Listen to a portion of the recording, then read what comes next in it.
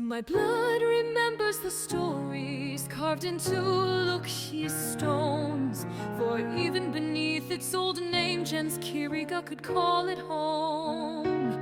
Cousins once to Deheleshen's grace, my ancestors stood proud in that bright place. We were the kin of Deheleshen's daimyo, an honor true, inheriting Gaia's essence and this marrow too. By this dragon's blood, in memory of Deheleshen's demise, we will never see the walls fall again, and forever stand firm beneath creation's skies. At the mouth of the river Yanazi, where airships could take flight, Deheleshen stood proud and high, white stone and gold leaf gleave without shame, and every traveler and merchant knew its great name. The gateway to the east, with a lighthouse seen even in lands afar, where trade routes were carved, the serene breath they vary allowed many to dock, and merchants were always well stocked. There was a palace bright with gilded stone and the generous city god. To you had a great temple to call home, a beacon bright on the shore, built for amenity and distribution, not for war. Each street was built for commerce clear, flowing with goods from both far and near. A million voices filled the air, a city wealthy, bold and fair. But no walls could bar the greatest of plagues, and no amount of riches would halt the Baloran crusade. And my ancestors learned what others forgot, that peace is fleeting, war is not. Contagion crawled the streets, grew still, rot crept in where trade once filled. The lighthouse dimmed, the ships withdrew, the sky grew pale, the earth was bruised. No wealth could bribe death's hungry hand, and Prince Balor's gaze raised the land.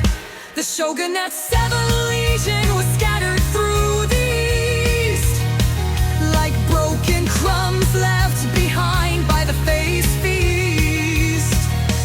Puzzled Tazai led with weary eyes, while Raksha danced beneath creation's skies. Some wandered lost with hope undone, some chased the Fae, raising blades against the horrors the wild had spun. Others fell to grief and despair, surrendering their swords to the earth, their souls laid bare. Yet from the ruin, orders came. Chumyo Nefer and Gilshalos called the legionnaires back by name. To broken streets and silent halls, to a broken gate and tumbled walls. Among the bones of history and pride, the 7 swore they would not hide.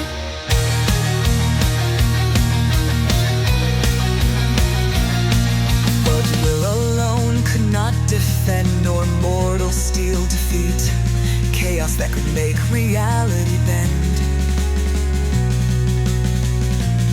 The old city god, to use breath, ran sharp and thin, as annihilation crept near, seeking him. He vomited blood as he gave birth to a different fate, a goddess born to guard the gate.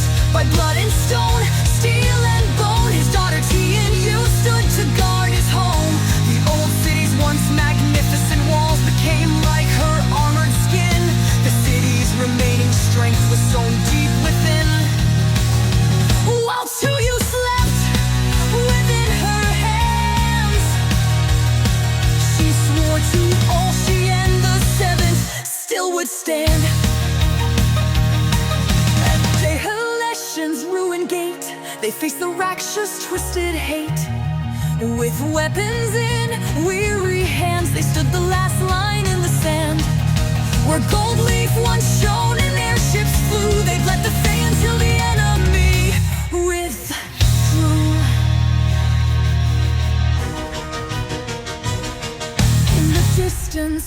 the blessed isle, Prince Balor fell with his forces most reviled.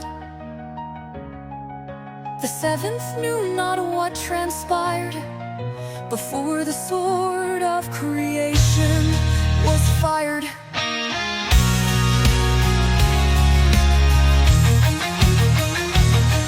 The great contagion had brought the time of the shoguns to an end, and through Balor's destruction the Scarlet Empress to the throne ascended. With this cold victory came silence grim, though they survived, their nation had not.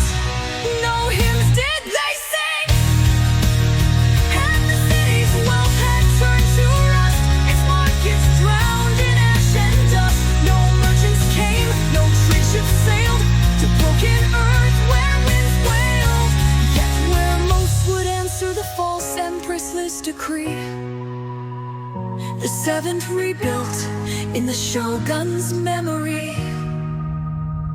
From ruined stone and shattered sky, the seventh refused to accept